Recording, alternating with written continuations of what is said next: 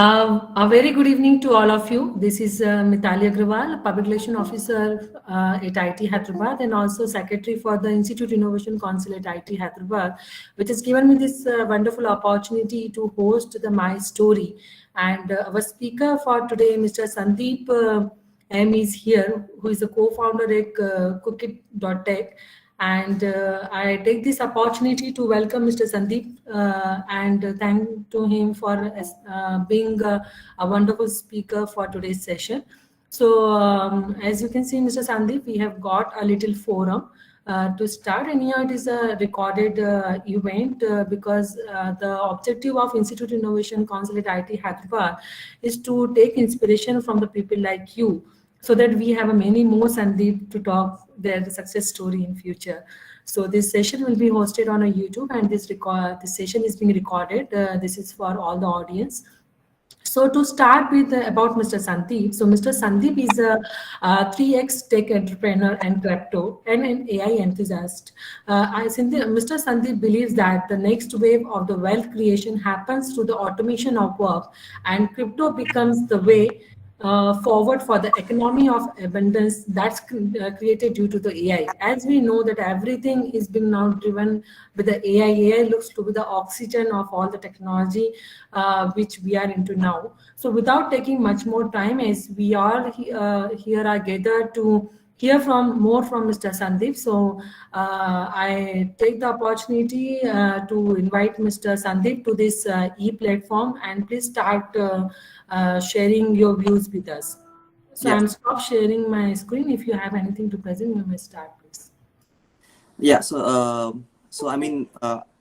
Hi guys, nice to meet you all, and thanks for making the time to sort of talk to me. And thank you, Mitali, for hosting this. I spoke to IIT Hyderabad last year to a bunch of students. I think it's a great experience always to sort of connect back with young people because I think I'm getting older right now, and then share my experience and then. Sorry to interrupt, but it still looks like very young. Yeah. So and then understand how you guys think and stuff like that. So it's more of a learning from me than you the other way. So let's keep the structure also similar, right? In the sense, I'll sort of speak for 10 minutes about what I believe in, what is happening in the world, and how we can all do better and stuff like that. 10-15 minutes. Then I would actually make it an open conversation with the theme of how each of you can sort of build an independent life. When I say independent, what I mean is gone is the age where everybody searches for a job and then sort of finds a company or a government job where they sort of spend the rest of their life. Now it's about building your own capabilities so that you are independently valued. Doesn't matter whether you work with a corporation or you start your own company or you're a freelancer. How do you sort of become independent, self-sustainable on your own in terms of what you can offer to the world and thus become a part of economy, right? So I believe that is the future. So I want to make this call about helping some of you or each of you about, how do you sort of start thinking independently and build your profile or build yourself in that fashion, right? So let's keep 40 minutes for that primarily. And then, we will have a process to do that. Each of you can raise your hand when you want to ask a question or, participate in the conversation. Then Mithali will call out their name. Then, you sort of unmute your mic and start speaking in the later part of the call, right? So let's keep it that way. Everybody got it? Yeah, cool. So I hope everybody got it. You can also text on the chat if you want to ask anything. I can sort of, that can be a very efficient way for me to talk back to you. So I'll first tell about my journey. When I went to IIT Madras. These are the days when IIT Hyderabad didn't exist. So maybe I would have chosen IIT Hyderabad if it existed at that point of time. This was back in 2008. I joined electrical engineering. I'm one of those guys who was not very academically inclined. So I like technology a lot. I was part of the robotics club and stuff like that. I also started a small company. I was also into I like business and idea of how can I start generating value when I'm in college. So I came with that kind of a mindset where there is some passion for tech and some passion for how can I sort of generate value. The general assumption is unless you have a degree, you can't really make money, right? So I sort of didn't agree with that. I'm like, if I can create some value to somebody, they'll pay me. Of course, I can go work in a McDonald's or stuff like that. Even at that point of time in India, it's still a taboo. Even now, if one of you wants to go and work in McDonald's sometime and stuff like that, your family wouldn't allow. there are a lot of biases against it, right? So the idea is, I'm generally more focused on, how can I actually start making money when I'm in college. So these are two primary thoughts that are on my head. So because of IIT Madras, I got decent exposure into robotics, technology in general, web development, databases, systems, and stuff like that. And this is the time when I'm in college when, this whole Facebook, companies like Facebook are happening, they're growing in India. And, I saw a lot of promise. Hey, I mean, if I learn this web technology or if I learn this robotics, there is something that I can sort of understand and do. At the same time, my mind is thinking, how can I sort of create value when I'm on campus, right? So I started doing two things when I'm in campus. One is I started participating very actively in the robotics club on campus.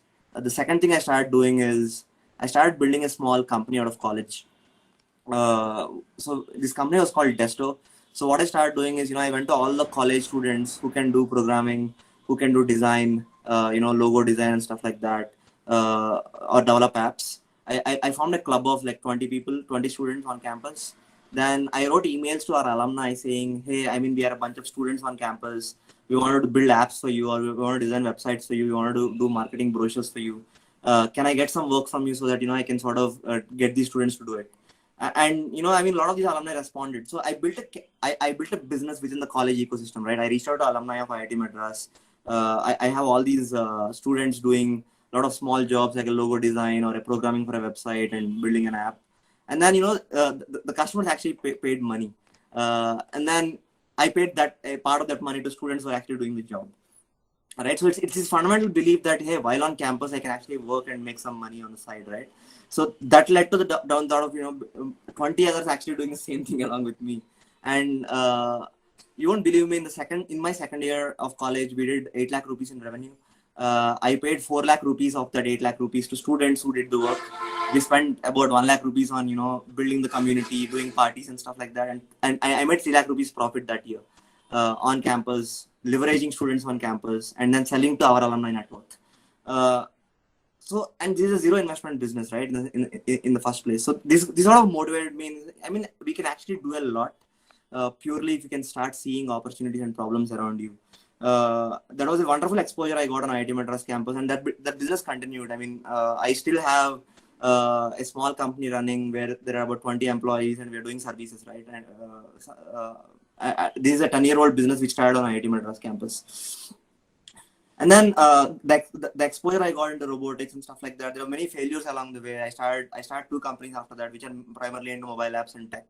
Both of them didn't work. The first one succeeded and still exists, but the next 2 companies I started after that failed. But then I understood a lot about how technology can, building tech is one thing, but actually gaining adoption and pushing it to the market is his whole other ball game. So that's a fundamental difference between invention and innovation, right? Like if you are a geeky scientist or if you are a good engineer, you will invent something. Innovation is the idea of taking this invention and actually getting a lot of people to use it.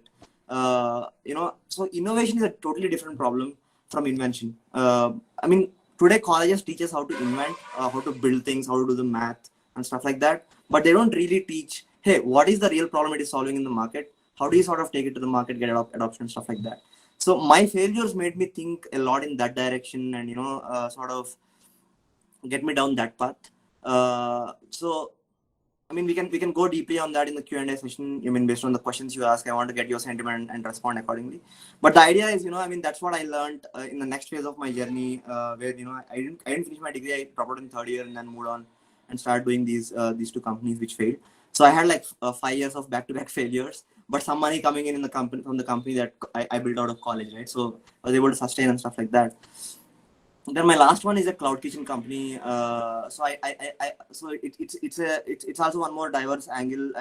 Because now suddenly I'm doing operations, right? In the sense running a lot of kitchens at scale, which again ended up being a technology problem. So we started building tech for that and stuff like that. So this ended up being a very good business, successfully exited to Swiggy, and then after that I started doing the technology further. Now I'm building Cokit, which is into essentially how can I automate a kitchen? Is there a possibility where we can completely build self-cooking kitchens?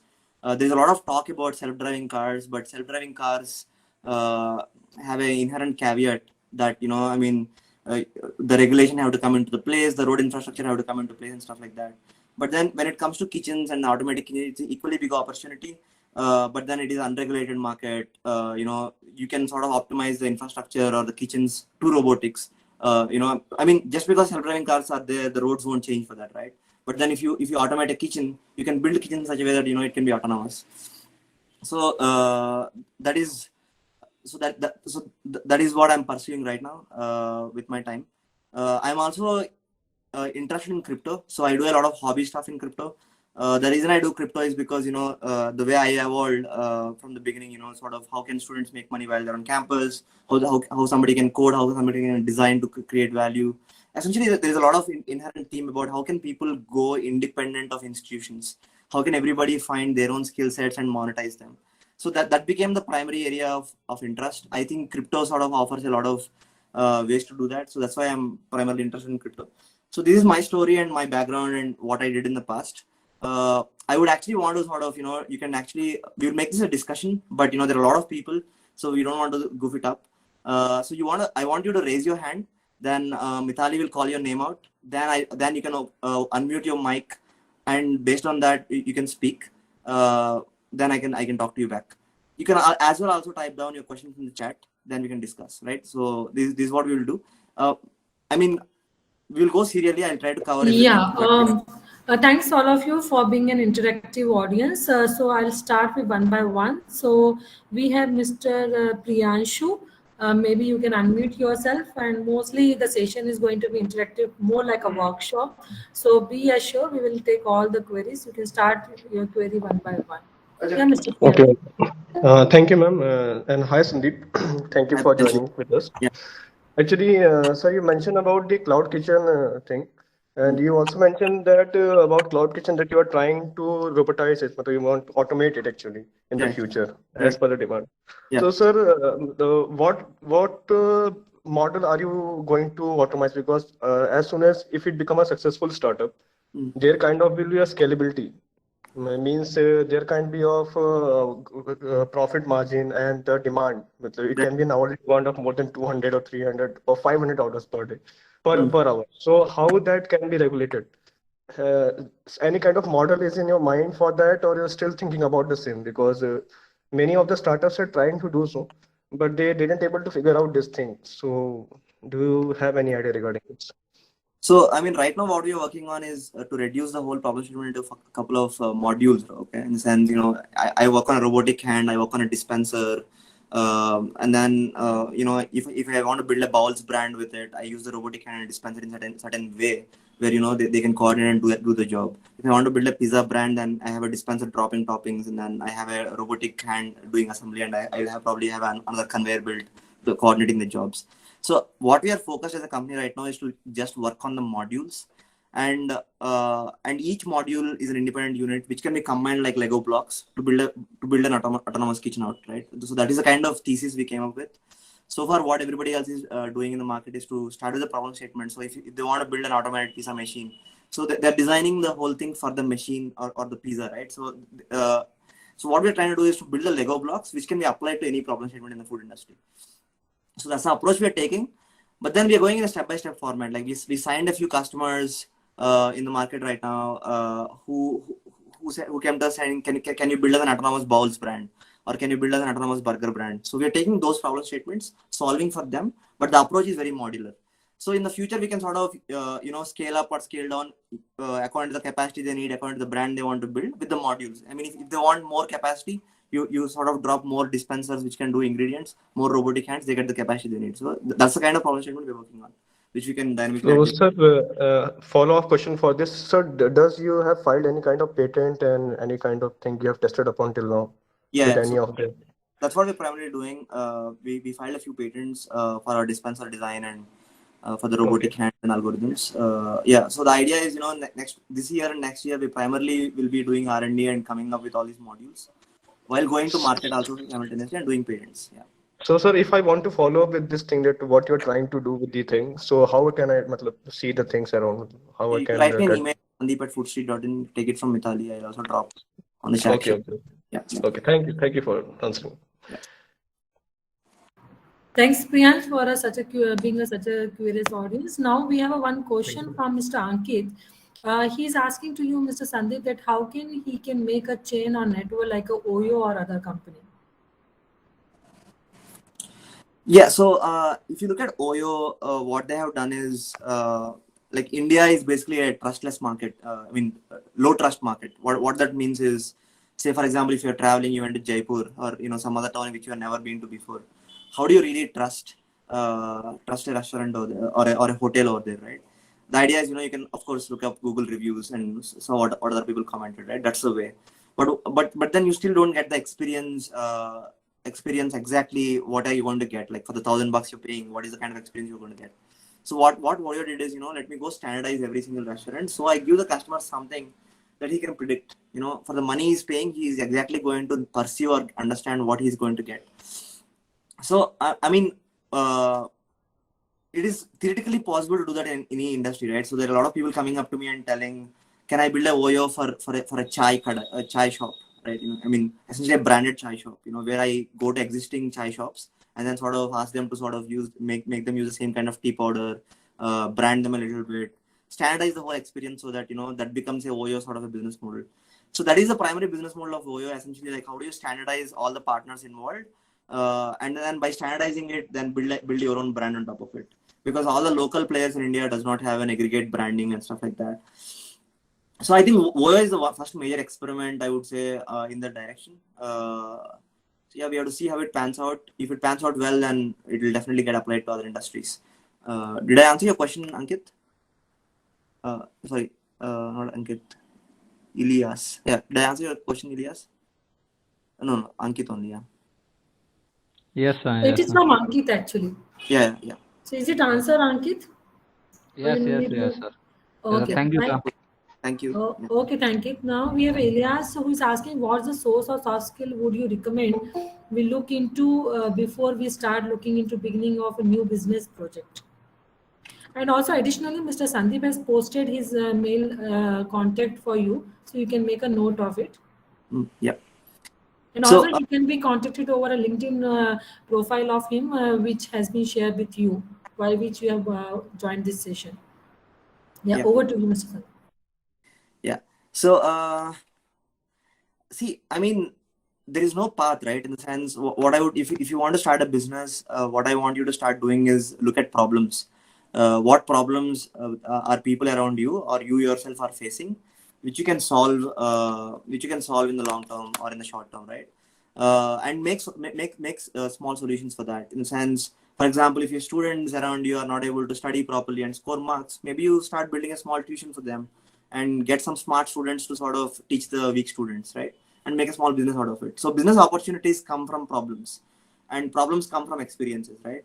So if you're generally the kind of person who experience a lot of things and then you start seeing problems in them, or you start understanding other people around you, and then they come up to you and tell you some problems, that's the way to sort of go about it. So there's no soft skill as such. I think the two major skills that you need to sort of start a business is to see problems, whether it is your own problems, and believe that you can solve them. I think a soft skill that is really needed is empathy. If you are the kind of person who can really empathize with other people around you, build that kind of thinking. Okay, if somebody is coming and telling me that they have a problem, can I really understand it? Can I put myself in their shoes and look at it from that vantage point, right? So empathy is the second skill you want to grow. If you do these two, right, I think if you practice these two in your day-to-day life, that's how you see problems. And one of these problems might lead to a good opportunity and you might start a business. And it has to happen organically like that, right? So these are the two soft skills. There is no course or there is no something that you can do to do this. The idea is to just like look out for problems and be empathetic towards others when they come up to you and tell you something, and then see, okay, fine, they have this problem. If I solve it, maybe they will pay me for it. If they pay you for it, then it's a business, right? So that's the idea. That's how you start. You get business ideas, and that's how you start off. Yeah. Thanks, Mr. Sandeep. Is it answer to your query, Mr. Ilyas? Yeah, that makes perfect sense. Thank you. Yeah. Thank you. Anyone else who has any query, please? Yeah, you can raise your hands, guys. It can be about me, or it can be about any doubts that you might have, it can be about your career. Essentially, this is an exercise where I want to understand you and then sort of give you the advice back, right? So, just post it here and then we'll do accordingly. Even if you want to understand how this project environment works or the initiation will work, you can maybe ask your doubt what you have. Yeah. It can also, so it can be about cryptocurrencies or crypto as an industry because I do a lot of that. It can be about AI or data science. It can be about career and stuff like that. But I want you to sort of get it out of me.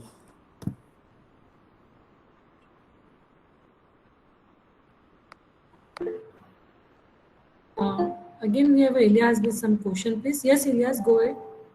Hi. I did have one slight peak of interest. You mentioned that you started your journey into business and figuring out how to solve problems when you started off in college itself. Right. So I'm in the I'm not in the BTech batch. I'm actually a design student, the Bachelor Design. Right. So we have an entire resource of designers at our disposal in our entire batch and stream and such. Right. But most of us, what I've noticed is that most of us don't really have many opportunities to start off and dive into it. So I'm really curious because even I want to try something out. So I'm really curious about what you would recommend or. So, do you? I mean, you're a design. You're a design group, right? Do you have any business group or MBA group on your campus that's working? We have an entrepreneurship cell. You have an entrepreneurship cell. So the idea is to sort of bring that. So what you need is essentially I tell a lot of people there are two kinds of people in the world, right? There are makers and there are traders. Makers make things and traders sell them. So when there's a very good pollination between both parties, then things happen. So what you're saying me is you have this design group who are into design and who can sort of design products or marketing or whatever, right? So what you want to do is you want to find and cross pollinate with the people who can go sell you, right? Who can bring the network or who can sort of reach out. I mean, like I said, I didn't even have the network. I just somehow got my hands on the alumni email database with a permission from my alumni cell on IIT Madras campus, right? That's one problem I solved, which gave me a lot of network. I wrote them an email and a lot of them responded. I sent some 500 emails out to our alumni who run companies, and some 25 of them responded, and 5 of them became projects, right? So that's how it works. So I mean, somebody who is inclined to sales, who brings a kind of perspective helps. So I want you to sort of cross pollinate with them, find that kind of people within the community on your campus. That things will work. Yeah. Is it answer to you, Elias? I feel like I would like to know more, but I definitely try and research more into it. Yeah, definitely. Yes. Let me know. You have Mr. Sandeep ID. Maybe you can write to him one-to-one if you want to explore it more. Sure. Thank you. So now we have somebody from Start My Career, maybe Mr. Venkat. May you ask your question, please? Unmute yourself. Yeah, hi. Hi Sandeep, this is Venkat here. So just wanted to know what exactly this growth hack mean in any business for that matter. So how to unveil our own growth hacks when it comes to the business strategies, basically. Yeah, it is exactly. I mean, that's a perfect timing, Mr. Venkat, because that is exactly what Elias asked also in some sense, right? In the sense he has this design pool of people who can do things, but he doesn't know how to sort of get them projects or sell their talent to somebody, right? So that's where growth hacking comes in. Growth hacking is this idea that's why I just wanted to know more about it. That's why. Yeah. So growth hacking is this fundamental idea that what are the set of techniques or models that I can develop in the internet age, right? Because we're all networked. We have LinkedIn now, we have Facebook, we have Instagram happening, and we have other places like these communities where we come together at. How can I sort of leverage these kind of platforms to get business? This is the idea of growth hacking, right? And then search engines, for example, right? So growth hacking is a broad word or a modern word for marketing, I would say, in the sense, traditionally when we didn't have tech and when we have all these products that are selling, we call it marketing. Now we are calling it growth hacking. It's the same word in a different sense, but then it also became a profession on its own, right? In the sense, how do you sort of, for example, there is also ulterior examples, right? What kind of what kind of changes you can make to your product so it can grow fast. For example, right, there is this idea of cost of replication. Any technology company can scale really fast. For example, if I'm in a restaurant business and I'm catering 1,000 customers, and if I want to cater more customers, I have to make additional investment into scaling up my restaurant or start another restaurant in another place where I can reach more customers, right? So the idea is that for every incremental customer, I have to spend additional capital to grow the business. So this is called cost of replication. But what happened with technology is, if I have to cater to 1,000 more customers, I have to probably add one more server. So that's all, right? So the idea is, the cost of replicating or cost of catering to a new customer has gone down like crazy. So because of that, the problem became, how do I get these customers? Because, I can serve customers easily because it's all technology. It is some code running on the background, which is doing the job. But then getting the customer has become a bigger problem, right? And then now I can get customers non-linearly. Even if today I get 100 customers, tomorrow if I get 1,000 customers, if I can non-linearly get customers, technology can sort of cater to that kind of a demand. So that's why growth hacking became important. Growth hacking is this problem, right? Saying, how do I get incrementally large number of customers? What kind of tweaks can I make in my product to do that? Can I do some kind of referral program? Can I do some kind of kickback or stuff like that? Or what other platforms can I leverage to grow really fast? So all of these goes into growth hacking problem. The problem came in because of the fact that technology can scale exponentially. It has the by default ability to do that, unlike a restaurant business. So because it has that ability, how do I growth hack to be able to sort of make the best use of that kind of a scenario, right? So that's what growth hacking is. It's essentially a set of techniques and new emerging techniques on how do you sort of get customers really fast. That's the definition of it, Mr. Venkat. Is it answer to you? Thank you, Sandeep. Yeah. Thank Okay, you, thanks a Sandeep. lot, Mr. Venkat. Thanks, Mr. Sandeep. Now we have a couple of questions on the chat box. I'll take them one by one. Please bear with us, all of you. So now next question we have from Mr. T. Vinith. It says that crypto is down bad right now. So should we opt out or do DCA in now? I don't know all the technical terms. You can answer. I also don't know what DCA in is. What is DCA in, Vinith? Mr. T. Vinith, are you online? Okay, cool. Got it. I mean, he's basically dollar cost average. Okay. Okay. Sounds good. So, when I say I'm interested in crypto not as an investor, but as a maker. In the sense, I sort of try to build things in crypto. But then, anyways, I mean, I'll take your question in terms of what is happening with the crypto networks and stuff like that. Crypto is going to go down and crypto is going to go up. But the idea is to sort of understand the fundamentals really well and how it plays out, and sort of have the belief in the idealistic goals of how crypto wants to change the world, or how it wants to sort of change the financial markets and things like that.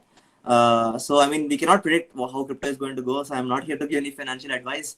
And honestly, I'm not an expert in the trading part of it, but I'm an expert in making, like, how do you actually build crypto systems?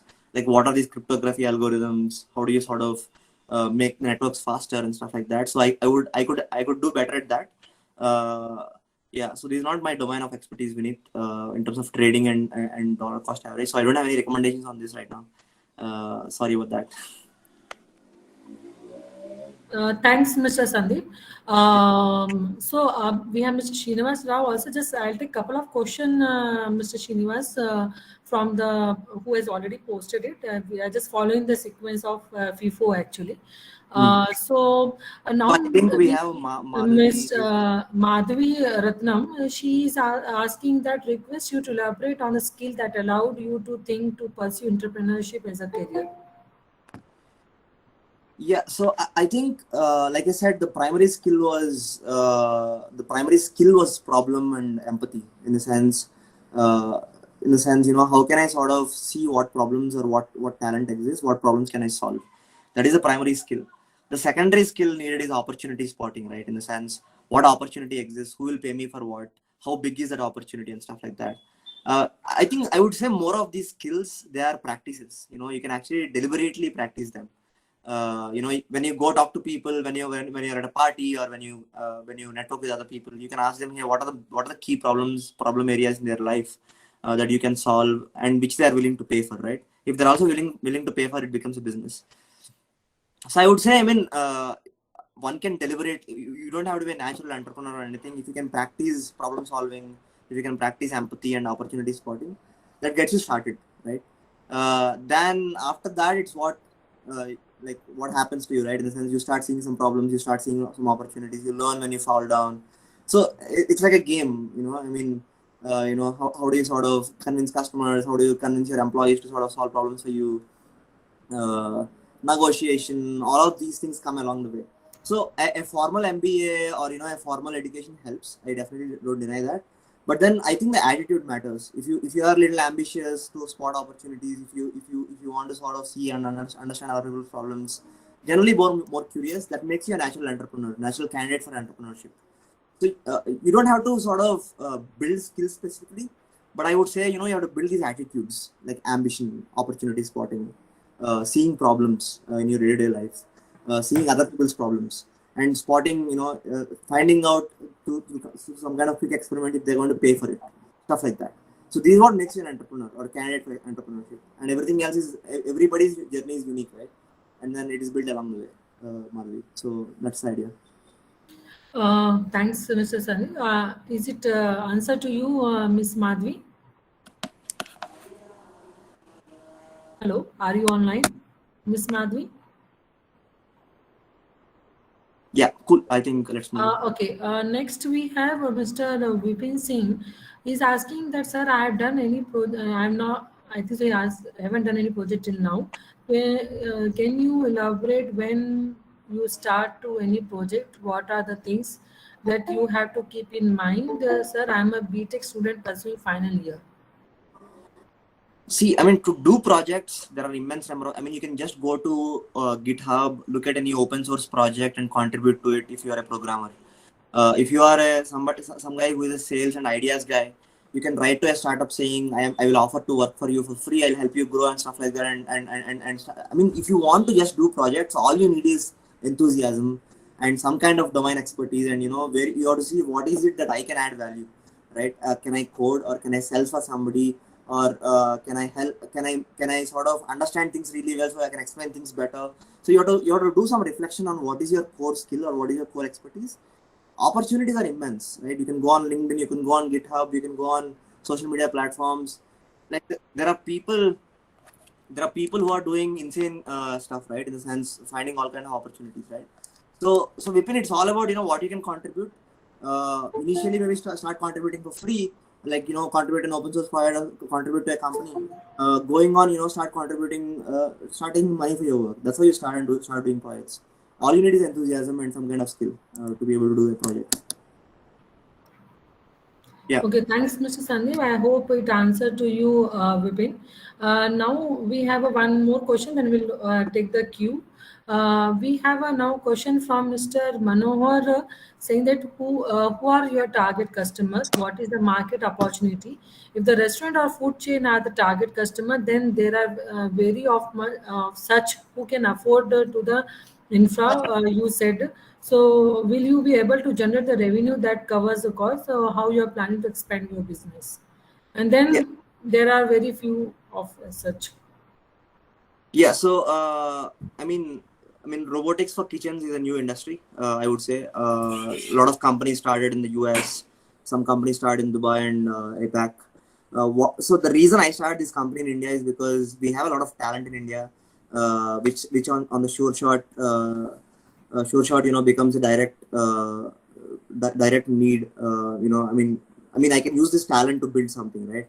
Like if you want to hire an engineer in the US, you have to pay them $150,000 a month. That is 1 crore rupees. But I can get a similarly talented engineer in India for say 15 lakh rupees or 20 lakh rupees. So we have a lot of talent capital, right, by default, which makes us positioned to compete with US companies with similar brains. So that's point number one. That's the reason that's the primary reason that motivated me to start this business. In terms of market opportunity, I think cloud kitchens and large chains are short go for me in initial stages till the systems mature and they become cheaper, they become affordable. So to start with, so far I didn't raise any money. It's all revenue funded. So what I started doing is I started signing contracts to do R&D projects for large chains and large cloud kitchen companies, right? So, and they're giving me money to do R&D projects for them. So that's how I started my company. I built a team and stuff like that. The next step would be to sort of go after actual use cases after the technology matures to a little bit, to actually go solve problems and get paid for that. Or probably, if the technology becomes valuable and then you have some patents, probably get some money from an investor to scale further, right? I don't know how it is going to play out. Like I said, a US company would spend $1 billion on an engineer. I would spend 15 lakh rupees on an engineer. So this is a talent management, technology development game, right? Eventually. So once we have the technology in our hands and as the market matures, maybe we'll make a loss for some time, but eventually the problem statement definitely creates value, because 20% of the money that a restaurant spends goes into the paying employees. That's a large amount of money, right? So in the next 10 years, a lot of the value can be captured by automation. That's what we are going after. So it's definitely a valuable problem statement. But will I make revenue immediately? Yeah, I'm making some revenue right now in the form of R&D agreements with large chains. Will I make revenue at scale? Maybe not. Maybe I'll make some loss. At which point of time I'll sort of raise some money. After that, will I definitely make a lot of money? Yeah, if not me, somebody else will make money by building autonomous robotics in kitchens. So it will definitely happen in the future. Yeah. So that is to broadly answer your question, Mr. Manohar. Okay. We can discuss. Okay. Yeah. Thanks, Mr. Sandeep. I hope it will be that Hello. motivation help for you, Mr. Manohar. Yeah. Now we have Mr. Srinivas Rao waiting for us. Can I ask one more question to your answer? Yeah. Like you have mentioned the cloud kitchens, right? So right now, like there are very few cloud kitchens. And That's also, are you providing this service to the existing restaurants right now? Right? No, we are not. We are not. We are only working with national and international chains as well as large-scale cloud kitchen companies. Okay. Yeah. So okay, fine. Thank you. Yeah, Mr. Srinivas Rao. Sorry for keep you waiting. No problem. Thank you, Sandeep. I think you nicely summarized within the 10 minutes your journey as a student entrepreneur to the full-time entrepreneur. You mentioned about 2 startups that didn't go as you planned. Can you share your experience of what was your hypothesis and where did it didn't pan out as you thought, and what's your learning on that? Yeah. So when I started my first business, I'm more of a techie than somebody who understands the end customer, right? I mean, essentially, if you want to build a business, you want to be mature on various different levels. You want to be a good techie. You want somebody on your team who also understands business. You want to be networked enough so that you can get the resources you need to build a company and stuff like that. So I would say, in the first experience that I had, that's when I built a mobile app, which is similar, which is a video social media app for Twitter back in 2014. I think I didn't have a great understanding of the end customer and the problem. I assumed that I'm solving a problem for them, but I'm not really solving a problem for them. And it took me some time to launch the app and then learn it. So I think I solved a problem which is not present at scale. So my understanding of the customer went wrong. My technology didn't go wrong with my first venture. Yeah. So in the second venture, I think my timing to the market was, it's a brilliant opportunity. But it's very competition-prone industry where my timing to the market, there are first movers and second movers before me, and I was not able to collect the resources that I needed to build a business because the industry already had players who were far ahead in the game. So these are the 2 reasons why I sort of failed. There is a very good chance I'll fail again for different reasons. That is part of the game. There are many different ways one can fail in a business. But these are the 2 reasons why I failed in the next 2 ventures. Thank you. Thanks for sharing. Thank Mr. Srinivas to ask this question, because many people, they only vouch for the success. But as there's a very famous proverb that unless and until you taste the failure in your life, you cannot be actually really success in your life. So thanks, Sandeep, for summarizing all this for us so beautifully. Now we have a couple of questions from our chat window which are waiting. That how do you foresee? I might switch over a device in between. So if I go offline, I'll come online in a moment. Sure, definitely. I just also ask audience to be supportive that if you face any glitch, just wait for a moment. So we have a question from Sonali Bindra. She's asking, how do you foresee the industry of automated kitchen? The concept seems interesting. However, how do you determine market potential for this concept? So I think one very simple metric, if you take USA and Singapore and MENA region, APAC and MENA, these three markets combined, there is a job shortage of 3 million jobs. Like restaurants want people to work in their restaurants or kitchens want people to work, but in these markets there are no employees available right now, for whatever reasons, right? So there is labor shortage across the globe in developed nations, right? That is the primary metric. The secondary metric is, if you take an average salary of a worker in the US, it is $600 a month. If you take Singapore and Dubai, it is around about $1,500 a month. So economics also makes sense. So these two are the metrics why I decided, yeah, this is a good problem to solve. There is an opportunity. Personally. Hope Sonali, to answer. If you do, you have any more questions? As you can just confirm it in the chat box. So next question we have from Mancha Jaya Krishna Yadav. He's asking that what is the future scope of agri-tech startup, like an abstract idea, and if some innovation which are gonna happen could change the way of doing the agriculture activity in future. Oh yeah, I think agriculture and automation of agriculture is an equally huge problem as food and cooking automation. So if somebody is working on it or wanting to work in the direction, I totally support that. In the sense, it's a huge problem which is being solved by some companies, but we need more talent to go into that. So it's a huge problem in itself. Yeah. Okay. Thanks, Sandeep, for summarizing it. Now, next we have Mr.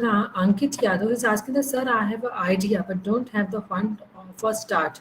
So, what can I do for execute my idea and how can it start?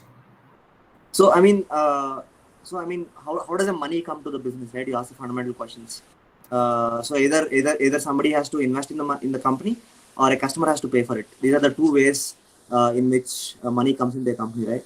So, I mean, if you take my first idea, I had investment in the sense I had all these college students who are doing work, and I had bunch of people who are giving projects and paying for those projects, and money came in from the customers. I didn't invest any money. The idea is, initially choose businesses where customers pay and you don't have to invest anything. Like services businesses are very good models. And then start there. Once you have some capital, do a better idea, or once you have some network, raise money from the relationships, right? That's the way you go about it. So, I don't think capital is a barrier to entrepreneurship as long as you can build your own skills. You can start networking and stuff like that. Either somebody will give you money or customers will pay you money for something. So figure out a way to start doing business without any investment in the beginning. Because, I'm preaching what I did. Really. No, thanks. Actually, sorry to interrupt in between what you're giving motivation. Actually, one thing which I have also observed that all we have mostly the audience today is basically the college student, and you being a great motivation of being a student entrepreneur. I just want to just give you one handy tip: is your alumni is your great funder for a future. I don't know. I'm using a right appropriate entrepreneurial term, but you can easily tap your alumni because they entrust you because you are from their alma mater. That is only one line I just want to give a tip to someone if it is can be of help. Now let's move on to the next question. Will you from Mr. Logesh? It is asking that will you recommend sidekick business while working because startup takes time. At the same time, we have to earn, right? Yeah. So I recommend doing a couple of things. A lot of people recommend against it. I recommend, doing 2-3 things at the same time. But I recommend you to be honest with all the parties you involve with. So if you have a job where, the agreement says it is legally not permissible for you to pick up another job or do something on the side, then go talk to your job and negotiate it out and tell them, hey, I'll work for you as well as work for something else, right? So as long as you keep it honest with all the parties involved, I totally recommend you to go and have a side gig. But don't hide it or don't, sort of play it smartly. It doesn't work out. That creates a lot of stress. So as long as you can sort of go and negotiate with the people involved, you can do 2-3 things. I totally recommend that. I hope it answer Logesh. If you have a further question, you can just put in chat box. Now we have Mr. Praveen waiting for you for a question with a question. Mr. Praveen? Yes, I am. So as you mentioned, in the US, the labor cost is very high, and Singapore also. But in India, do you think what I think is labor cost is less? So it will be profitable here also, the cloud kitchens. No. No, I don't think we are going to sell in India. India is where the talent is. All the best engineers coming from best colleges like yours is, right? So the production happens in India, but sales happens abroad. That's the whole business. Oh, okay. You are not planning for India. Yeah, not probably in the next 5 years. Okay. Okay. That's Mr. Sandeep is quite clear with his 5-year plan. So I hope it answered to you, Mr. Praveen. Otherwise, you can answer us again. Now we have Mr. Gajendra waiting with us. He's asking the Shark Tank India versus incubation cell for startup oblique entrepreneur. Which should be the first priority? I mean, go pitch to both of them. Whoever gives you a better deal. I mean, when you're doing entrepreneurship, you basically like use all your options fully, right? You don't compare them. I hope this one-liner statement worked for you. Otherwise, you can ask us again. Now we have Elias again waiting with one question for us. Yeah, Elias, go ahead. Hi, thank you for considering taking my questions. So it is good to have an informative session. Unless and until people ask questions, then Yeah. Guys, my note might go down, but I'm joining from another laptop in a moment, so just hold on. Yeah, cool. Yeah. Sure. Yeah, go ahead. Yes. I'm slightly curious. Would you mind explaining your approach towards automation in a company? So, like, suppose we take up the example of KFC and they want to automate their cooking system. So, would you mind elaborating how you do that? Yeah. So, I mean, right now we're actually solving similar problems. I'm trying to leverage the robotic hand, which is used in the electronics assembly lines and which is basically used in other industries, and sort of design a more flexible version of that for kitchens. Okay. So, for example, if there is a French fry device in KFC, right? French fries is actually a repetitive work. The French fries go into the oil. They have to fry some time to some kind of color, which can be tracked with the camera if the color is reached or not, and then the arm has to pick it up. So we're looking to taking up these assembly line tasks to start with, and then automating them first, right? And going with them to the market. As the AI understands better, as we can program the robots better, we will be more flexible in terms of what kind of jobs we can do or automate. That's the approach we're taking. So assembly line tasks first. Once we do the assembly line tasks, then go next to the more complicated things. Okay. May I ask a follow-up question? Yeah, go ahead. Have you considered using your product for like COVID testing and the medical industry? I mean, like I said, an entrepreneur solves problems that he sees or he understands, right? So I don't understand those problems because I don't have any background in that. So no, I didn't. Okay, interesting. Yeah. Thank you. Yeah, thanks. Actually, just to summarize, I think so. Mr. Sandeep has given a great motivation to all that you should be well aware of your strength, and especially the audience you are targeting. That is, I think, the success mantra for anyone. Not exactly for the Sandeep, but everybody can get success. Like I said, everybody has different experiences, different backgrounds. So you have to look at problems in your industry or in your circles, in the kind of things you are interested in, right? So healthcare and COVID testing, I have been a little far off from these industries. I don't understand those problems deeply, so that's why I never went Well, into it. I was honestly just asking because my father actually is a business owner and he has several connections with many of these diagnostic industries. And one of his systems right now, which he's working on, is called home care, where he's trying to automate the systems of how healthcare connections are done around the world. So he's currently trying to sell off the system to a few companies in the UK, where you can like just go on the app and you can order different kinds of like testings and that can be done, and they can come home and do it for you. So like traveling nurses, but more automated per se. So I was really curious about this because I find it really interesting because here in Dubai, I will currently live in Dubai. Here in Dubai, there's like an extreme shortage of nurses and testing staff. So with automation there and with these repetitive processes, it can really speed up the process of testing per se. Right. Yeah. So I found it very interesting, and I thought there might be scope there. Elias, I think so as Mr. Sandeep has pointed, we will be here for a few more minutes since he will come back. Meanwhile, thanks to all of you for being such an active audience. I may request if anyone else has a question, you may put up your queue so that we can take your question quickly once you come back. Anyone else who is having any questions other than Madhvi, which I have already made a note? Otherwise, also just for record that we want to improvise on all these sessions which we are planning to conduct many more in the future. The Institute Innovation Council at IT Hyderabad, who does not only want to build the culture of entrepreneurship and innovation on the campus of IT Hyderabad, but to the all surrounding. And thanks to the digital platform, we are surrounded by the entire globe.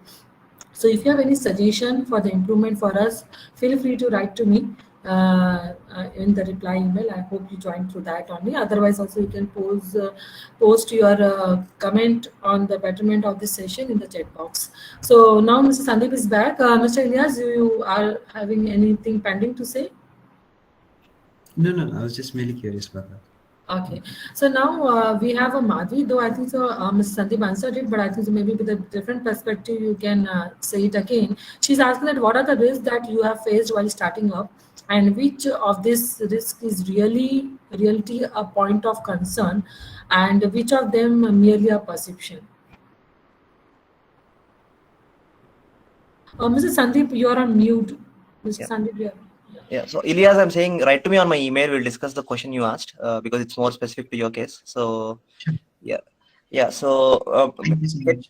yeah, can you repeat that question, Mithali? Sorry, I missed it. Yeah, so Madhvi is asking, though you have already shared your concern, which happened in the few other startup earlier. She's asking that what are the risks that you have faced while starting up, and which of these risks were really a point of concern, or some of them are really a perception?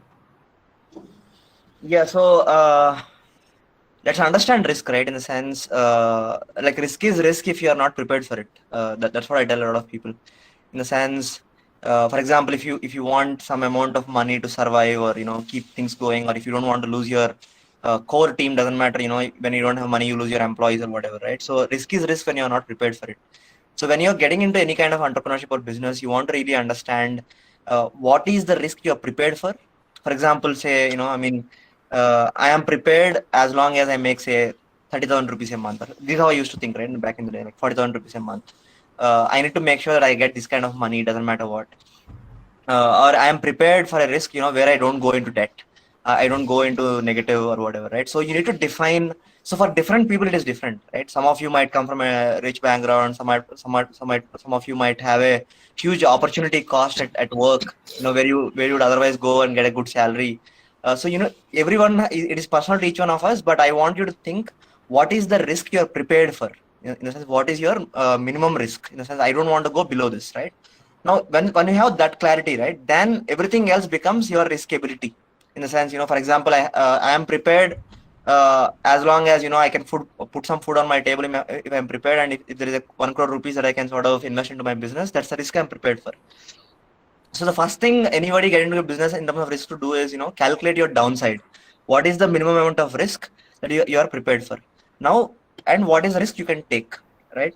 Now, now there are various opportunities with various kinds of reward mechanisms, right? For example, for the kind of entrepreneurial startup risks, generally it is if you hit it, you'll sort of make a big return.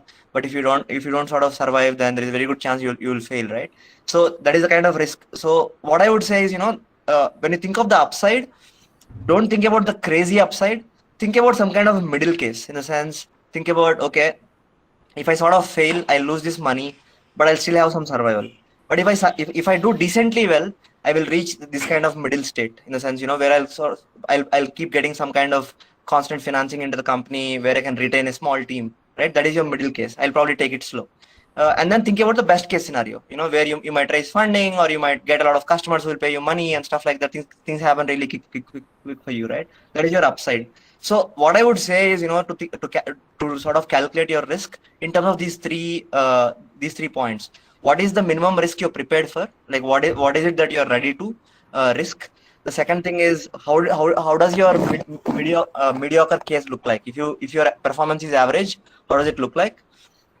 Then how does your best case look like, right? And be really honest about these three with yourself, right? Don't make any bad assumptions about yourself on how your response will be. So this gives you a decent estimate of what kind of risk appetite you would have and what you're prepared for, so that consequences are takeable, right? So that's how I would calculate risk.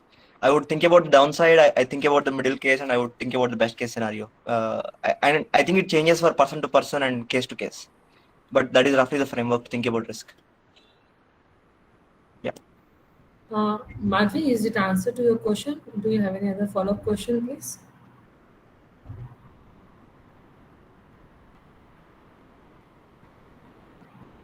I think it answer to Mr. Madhvi's question.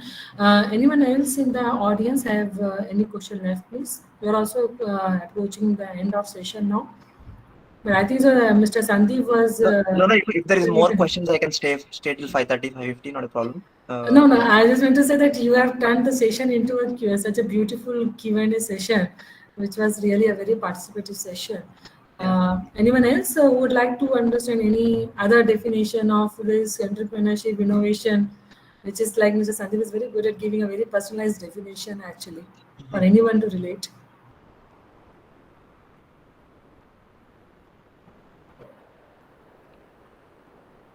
Cool. Sounds good. So yeah, please. Yeah, so I think I hope everybody's perspective is valuable. Like I said, it's more valuable when it's collaborative, and I'm happy to share my experience. And if you want to write to me, you can. Sooner or later, I'll definitely respond. When I have time. So yeah, thank you guys. Thanks for hosting me today. Yeah, thanks, Mr. Sandeep. Though me and Mr. Nakul, we are actually mulling over that who should propose. I think we got one more question. I'll take this also. Why disappoint?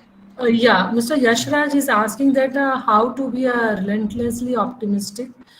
Say when you are maybe the last person standing with your belief, because maybe it is very difficult.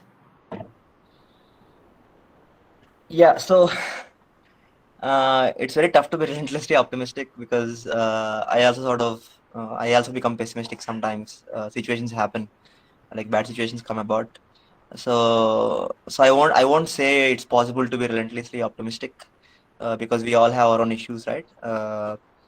So just don't take my confidence as an example that I'm going to be always like this, right? I'm not relentlessly optimistic. I'm not.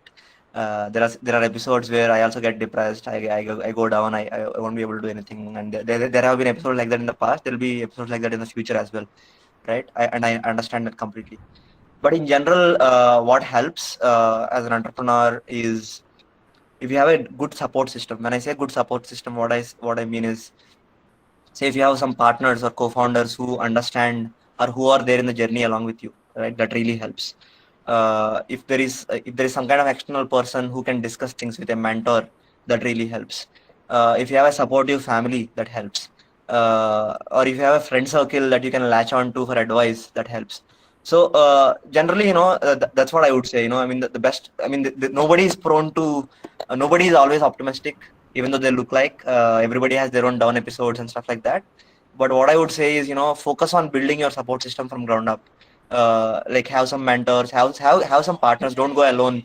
Have a supportive family in place who you can go and share things with and be honest with. Get their support before you start your business, if possible. Right? Do things like that. If you do things like that, and then it generally becomes easy to sort of be optimistic in general.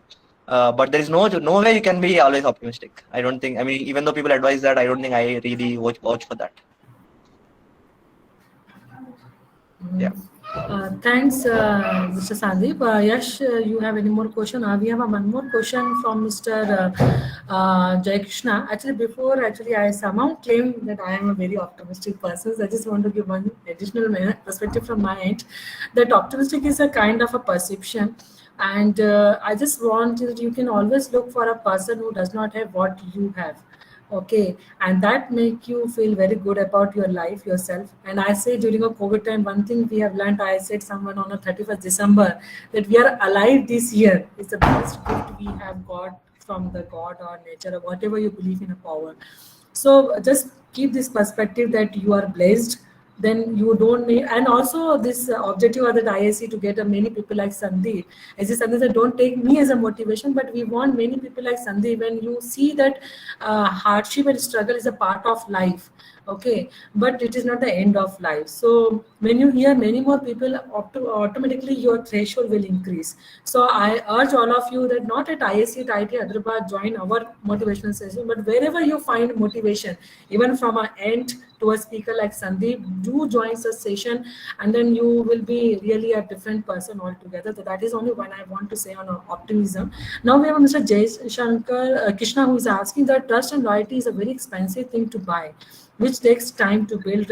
How one can gain and obtain it in a short time? Yeah, so what you told is true. I mean, trust and loyalty takes a lot of time, and it has to take time, first of all. But then you can be very efficient. There is no way you can do it in short time, but you can be efficient. And how can you be efficient? Like for example, I think if you are very proactive, right, in a relationship, in a sense, in a business relationship or outside also, like if you are proactive and you show up to the person, you're available, you earn their respect. I think being proactive is one good way in which you can be efficient in terms of building trust and loyalty. The second best way to be able to do that is being honest as much as you can. I understand, sometimes you cannot be honest because people don't understand you or whatever. But then if you can be more authentic, I would say, I mean, authentic is the right word than honesty. If you can be more authentic in terms of your own motivations, your own intent and stuff like that, and put it out there, that also enables you to build trust with the right people really fast. Right. So there is no shortcut as such where, you can do it in short time. But if you are somebody who can be very authentic, you just put your intentions out and then be proactive, right? Show up to your relationships, spend the time that is necessary and stuff like that. Be proactive instead of delaying things. Then that makes you very efficient in terms of building trust and loyal relationships. So so these two is what I would say is my mantra. But then people have different frameworks because people are involved.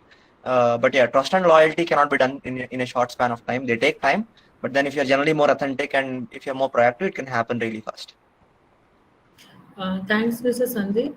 I think so, Mr. Jay Krishna has been satisfied with your question, your answer to the question. Now I just put up one more last call with our audience. If you have any question, please feel free to ask us. Mr. Sandeep is quite considerate to spend little extra time. Then we have taken appointment from him. So please be vocal. You are a very young crowd. I'm sure you will be having a lot of query in your head and heart. So please be vocal. Take this opportunity to learn from someone who is really positive and optimistic. Anyone from the audience, you have any more question left, please? Because your question may be another motivation for someone else. Unless until you ask, your doubt will not be. Okay, Mr. Yash is again back with one question is how to understand or explain it to yourself that maybe the time has come to say leave one for your own ideas or plan because they aren't any alarm. Yeah, so I think to understand that is actually a very logical thing, but a lot of people don't understand it because they don't understand that a lot of their failures are actually outside their control. In the sense, a market scenario changes and your business gets affected, or stuff like that. A lot of things can go wrong in business, which are basically outside your control, right? It's good to think about them, but a lot of things are actually outside your control. So once you acknowledge that, then what happens is a lot of outcome based thinking becomes logical. Once you start being rational about your situation, what the outcomes are going to be in the future and stuff like that, you will understand when to drop it. But then if you start believing that you are the one, like you are some kind of demigod who can control the outcomes for yourself, that kind of ego sort of not lets you drop things. But then, I mean, what I'm trying to say is, if you sort of see kids playing, for example, right? Like they go to play and then they play for some time, and then if one of them fails, they leave the game gracefully. After maybe for 10 minutes they'll feel bad, but after that they'll forget it and then move on to next thing, right? So it is very important to sort of have that kid kind of perception about your business. It's difficult to do even for me, but I think that's where the spiritual angle to it comes in, right? In the sense, you should be really detached and you should be very logical about things. And when you say something failed, it failed, that's all. And you have to acknowledge it to your partners, the people who gave you money or your customers and stuff like that, and move on. So you have to cultivate that kind of grace. I think it happens with time as you see failures, as you see success, on how to cultivate that grace, right?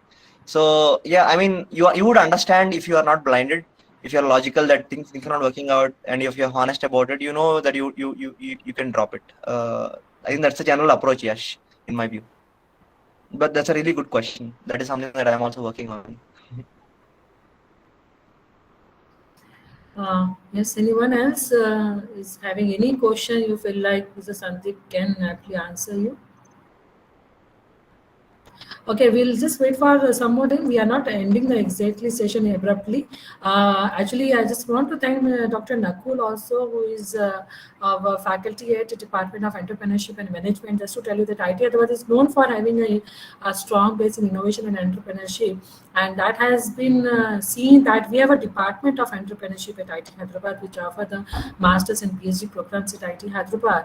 And the source person for today, a great session by Mr. Sandeep was only could be possible with the actually source of Mr. Dr. Nakul. So I would like to invite Dr. Nakul to give a perspective on the session and the speaker, please, before we end Yeah. the session, please. Sure. Thank you very much, Ms. Aliman. Thank you. Thank you very much, Sandeep. And I think I still recollect our first conversation that we had, I think 3 or 4 weeks back, where I reached out to you and asked you for time. And so over this course of the last 1 hour, I realized that you're really a candid speaker and you bring in your perspective very, very clearly and upfront, right? The moment you said the mantra for success might be different for you, the way you manage it might be quite different as compared to maybe someone else would have to deal with the situation. I think this is the whole essence of my story, right? Motivational session by an entrepreneur. And unlike, say, a traditional format where you would have brought in a presentation and discussed it, I think this Q&A kind of a candid session became more interactive and probably more informative also. Depends on how each one of them look at it, right? So thank you very much from IIT Hyderabad fraternity to accept our request, and looking forward to your patronage and support in all future endeavors. And I think the same applies for all the people in the audience, right? We continually undertake such events, workshops, talks, right? We seek in your support, cooperation, participation to ensure that these events can actually be meaningful and useful. Thank you very much. Yeah, Sandeep, you were saying something. Thanks a lot, Nakul. Yeah, we'll connect sometime. Yeah, thanks a lot. Perfect. Yes. Yeah, I think there's another question that has come up, Mithali ma'am.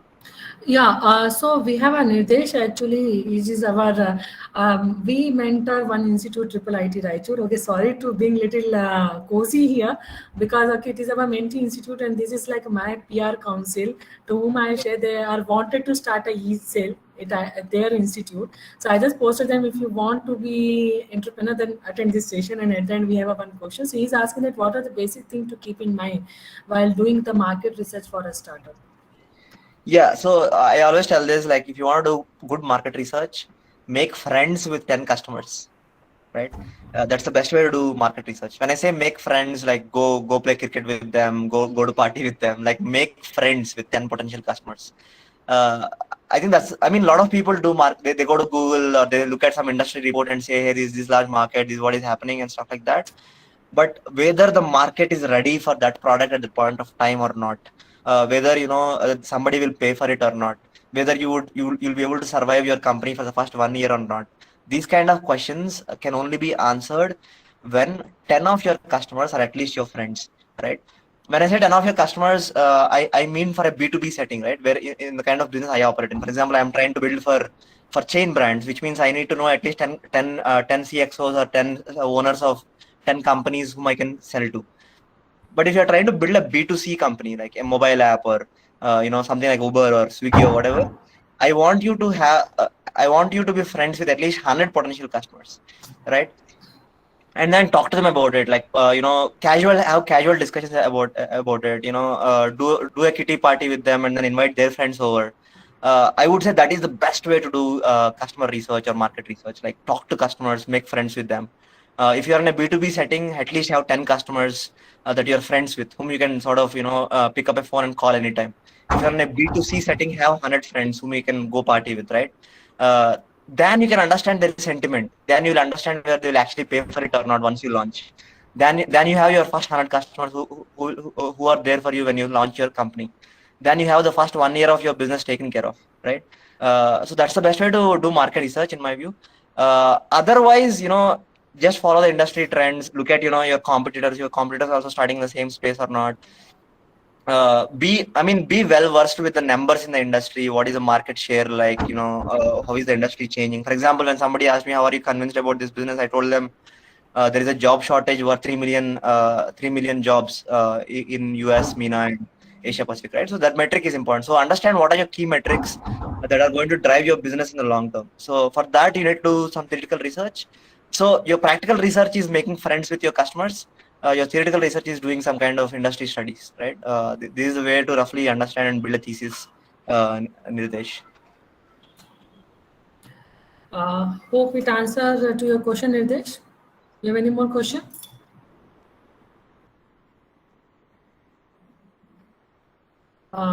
Yeah, I guess. So I'm just starting my vote of thanks. So there is no word is sufficient enough to thank Mr. Sandeep for this wonderful session. But still, till I finish my my words. If anyone has a query, please feel free, because Mr. Sandeep has extended his appointment till 5:30. I don't know, Mr. Sandeep, if you have really thought of writing a book, because you have your own native definitions of entrepreneurship. So I think so you should go for writing a book on that, like how to do a market research and all that. I think so that maybe a 25-page booklet will be a bestseller book if you really write this perspective of 10 to 100 customers. Very, very interesting to know that. I don't know if it is somewhere recorded in some books of management and entrepreneurship or not, but you should really think of putting this forward so that many people can get motivation from it. And it is really where you said that you have your first 10 and 100 customer ready. That is, I think so, what someone want. They guaranteed the business. So thanks a lot for being such a wonderful speaker. I think so you have given us a new format to do talks, actually, that it should not be like the speaker give about themselves. That can be a brief, and when you answer the question itself, it become a my story, I guess. So maybe we should more and more go towards this kind of a session where the speaker can just give their own background, what we could not explain in the brief bio of yours. And this Q&A, I think so, can answer many more queries than listening just what is your journey, because as you summarized that every person has a different perspective, risk, ability, and all that. So thanks to firstly Mr. Sandeep for being a great speaker. As I told them, Dr. Nakul, thanks. I cannot be thankful enough that this session is possible because of you, and I hope many more interesting sessions we will be able to bring through IIC and the Department of EM. And thanks a lot to all the wonderful audience. We have achieved an auspicious number of 51, though there is a here and there. Okay, and this session, just to tell all of you, will be hosted on a YouTube channel of ITH. So stay tuned with us to know many more such sessions in future. And I guess the last hand raise is on Mr. Sandeep. And in case you have any query for us, please raise, you can ask us. Joke apart, your hand is raised actually. So I just thought of ending the session on this lighter note, that it is a great meaningful session, that the last query we could have a jam-packed session of 1 hour with a full-on 90% of session with a Q&A, and the last person who has a query is our speaker. So anything you want us to improve, Mr. Sandeep, you can give your last word to us, and then we'll end the session, please. Yeah, so I mean, I do these sessions for two things. One is if you want any general advice, you can write to me, because I also sort of spend some of my time to advise upcoming entrepreneurs and help them find customers or funding and stuff like that. So if you are an entrepreneur and want some support, you can write to me always. I just want to let you know about that. And second thing is, if there are any cryptography or AI enthusiasts among you, both technical or otherwise, we are looking for some good talent to join our teams to work on. So we have some good opportunities. So if you think you're talented, write to me an email. That will really help me recruit talent for our companies. Thanks a lot. That's all. Okay, thanks, Mr. Sandeep, and thanks all of you. As I said, thanks cannot be enough word to express the gratitude. Once again, likewise. I'm ending. Thanks a lot for giving your time on a weekend, and we are closing the session. You are free to leave now. Thank you. Take care. Thanks, Mr. Sandeep. Thanks, Dr. Nakul. Thanks all of you being such an active and wonderful audience today. Good day. Happy weekend to all of you.